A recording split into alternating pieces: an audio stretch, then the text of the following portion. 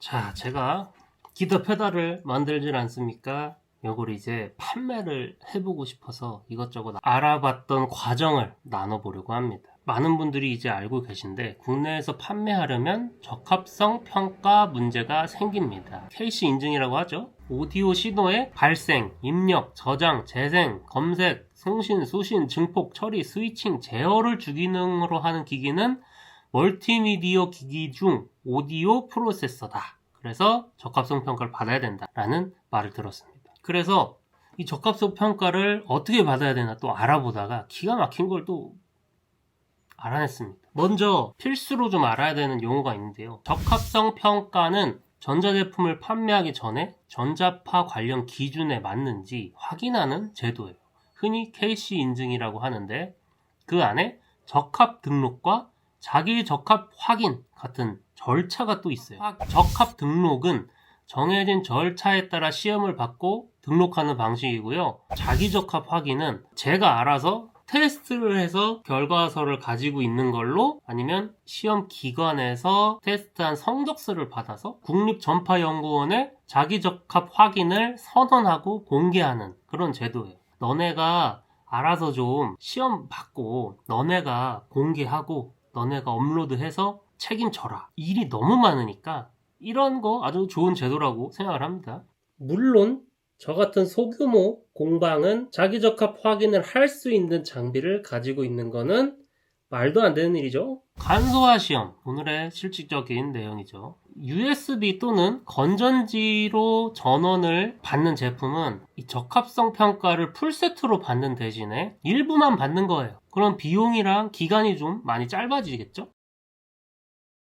첫 번째 문제, 시험비, 적합성 평가를 받아야 되는 건 알겠습니다. 근데 적합성 평가 받는데 그러니까 오버드라이브 하나 170만원, 딜레이 하나 또 퍼즈 하나 이렇게 하면은 저 같은 경우 몇 개를 팔아야 보전이 되고 몇 개부터 순이익이 나나 그리고 이게 뭐 10개라도 팔릴까? 뭐 이런 거에서 굉장히 부담이 있단 말이에요. 투자잖아요 어쨌든. 그래서 어떻게 좀 저렴하게 할 수 있는 길이 없나? 라는 생각으로 좀 알아보니까 자기적합 확인이라는 게 있더라고요. USB 또는 건전지 전원으로 동작하는 경우 자기적합 확인 대상. 그래서 좀 생각을 했습니다.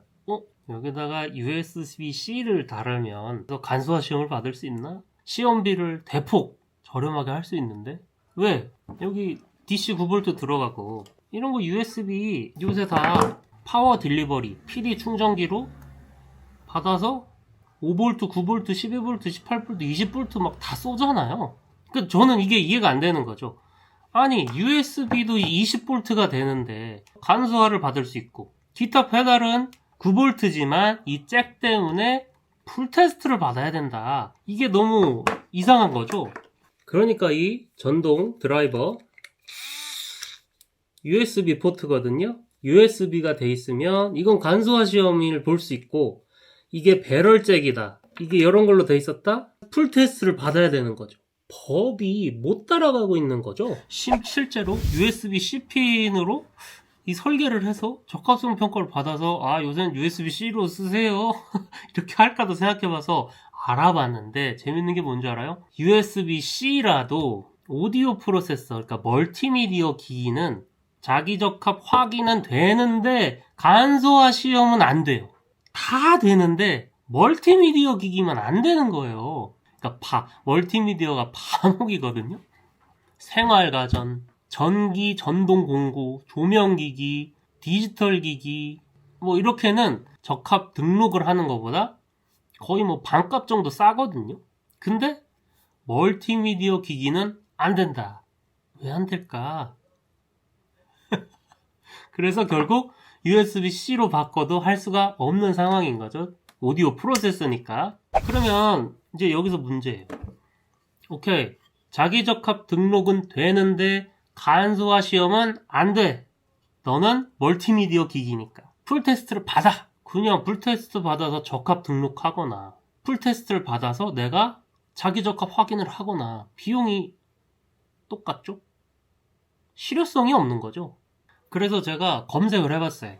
이게 언제 고시가 올라온 건지 보니까 2023년도에 올라왔더라고요. 이게 어떤 기준으로 멀티미디어 기기류가 빠지게 됐느냐, 이걸 제가 여쭤봤습니다. 그리고 그 회의 결과가 있느냐 보고 싶어서 여쭤봤습니다. 자기적합 확인 대상 기자재는 간소화 시험 적용이 가능한 경우가 있죠. 근데 과목 멀티미디어 기기는 자기적합 확인 대상에는 포함되어 있으나 간소화 시험 적용은 불가능하다. 그래서 적합성 평가 수준의 풀테스트를 받아야 하는데 제도적으로 좀 혼란스럽게 느껴집니다. 그래서 과목이 자기적합 확인 대상이라면 간소화 시험 적용 가능성을 전제로 하는 것이 제도 취지에 더 부합하는 것이 아닌지. 그러니까 이 내용은 뭐냐면요. 간소화 시험이 안 되면 왜 자기적합 확인을 넣어놨냐 이거예요. 제 말은. 왜냐면 멀티미디어만 안 되니까. 이거로 이득을 보는 곳은 제가 볼 때 간소화 시험을 자체적으로 볼 수 있는 큰 회사들, 큰 기업들한테는 좋을 수 있을 것 같아요. 두 번째로 과목, 그러니까 멀티미디어 기기류가 실제로 적합성 평가 수준의 시험을 받아야 하는 구조라면 자기적합 확인 대상에서 제외하는 것이 더 제도적으로 명확한 게 아니냐, 제가 이렇게 여쭤봤어요. 왜 자기적합 확인은 되는데 간소화 시험은 안 되느냐를 물어본 거죠. 그리고 2023 회의 결과 자료는 공개되어 있지 않는 것인지 문의를 드려봤어요. 왜냐면 2013년부터 16년 회의 결과는 다 올라와 있는데 그 이후 거는 아무것도 올라와 있지 않더라고요. 그리고 2023, 23호 고시 개정이 올라왔으니까 이것도 뭔가 회의가 있지 않았을까? 자세히 보고 싶어서 여쭤봤는데 뭐라고 답이 왔느냐. 2023년 간소화 시험에 관한 분과 회의 내용은 존재하지 않다.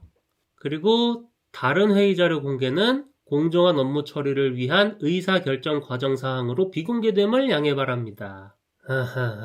그러니까 고시는 2023년에 올라왔는데 간소화 시험에 관한 회의 내용은 없다. 멀티미디어가 왜 빠졌는지는 어떻게 하다가 결정된 건지 그래서 잘 모르겠어요. 그리고 자기적합 확인이 간소화 시험의 대상임을 분류하는 건 아니다. 자기적합 확인이 가능한 애들이 많은데 그 중에 간소화 시험이 가능한 애들만 우리가 분류를 했을 뿐이야.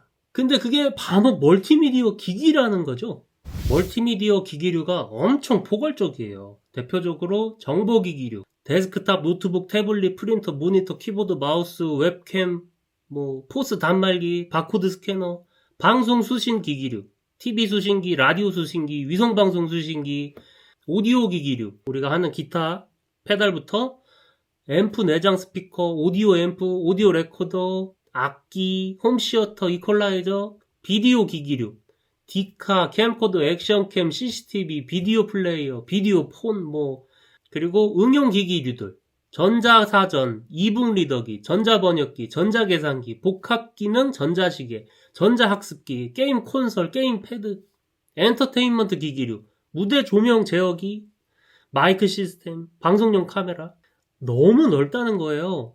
이게 우리 이런 정말 저전압, 너무 마이너하다, 그쵸? 세부화할 수 있으면 좋지 않을까라는 생각을 했거든요. 현재 적합성 평가 그래도 단가는 알아봐야 되잖아요.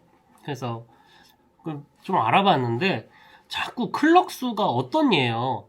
내 배달은 클럭 수가 없는데 자꾸 클럭 수가 어떠냐는 거예요. 클럭 수에 따라 시험 비용이 달라진다. 나는 클럭 수가 없다. 답변을 보였더니 클럭 수가 없을 수가 없다. 능동소자는 다 있다. 근데 제가 제이팻 하나 쓰고 있었거든요. 제이팻이 능동소자는 맞아요. 근데 클럭 수가 없단 말이에요. 클럭 수가 없다. 다시 답장 와.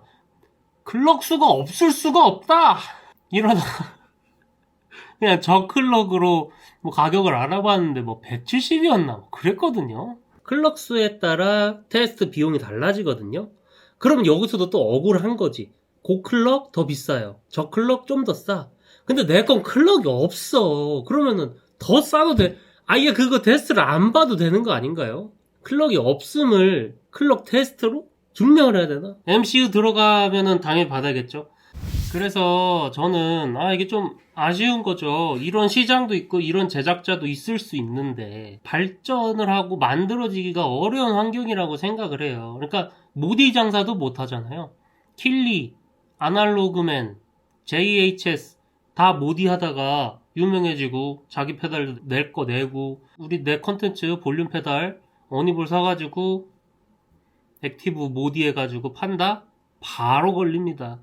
안 된다는 거예요. 오케이, 그래서 총 정리. 우리 기타 페달은 적합성 평가를 받아야 됩니다. 멀티미디어 기기류이기 때문에 간소화 시험은 안 됩니다. 그래서 적합 등록하는 풀 테스트를 받아야 되는 기기인 거죠. 그리고 멀티미디어가 왜 간소화 시험에 빠졌는지는 고시 개정이 2023년도에 됐지만 2023년도에 간소화 시험에 관한 분과회의 내용은 존재하지 않습니다. 오케이, 그러면 이거는 너무 분과회의가 아니라 고시 개정을 위한 회의는 있었겠죠? 거기서 왜 이렇게 결정했을까? 그걸 알고 싶은데 너무 제가 여쭤본 것에서만 대답을 한 것 같습니다. 분과회의에서 하지 않고 2023년도 고시 개정 회의를 하지 않았을까? 그래서 제가 키트를 판매를 해보는 겁니다. 어려워요. 대중적이진 않잖아요. 판매하는 길이 그렇게 쉽지만은 않네요. 진짜 마지막으로 제가 이쪽 산업에 정말 선배님들, 후배님들 그런 거 전혀 없이 저 혼자서 뭔가 해보고 있는 중이잖아요. 그래서 정말 뭔가 당연한 것도 모르고 있을 수 있고 조금 다르게 생각할 수도 있고 하는 부분도 분명히 있을 거예요. 그래서 틀린 자료도 있을 수도 있고 그런데 그쪽 분야에 계신 분들이 혹시 이건 아니다 이렇게 말씀해 주실 게 있으면은 저한테 또 좋은 가르침을 주시면 또 너무 감사할 것 같습니다. 제가 이해한 거는 이 정도입니다.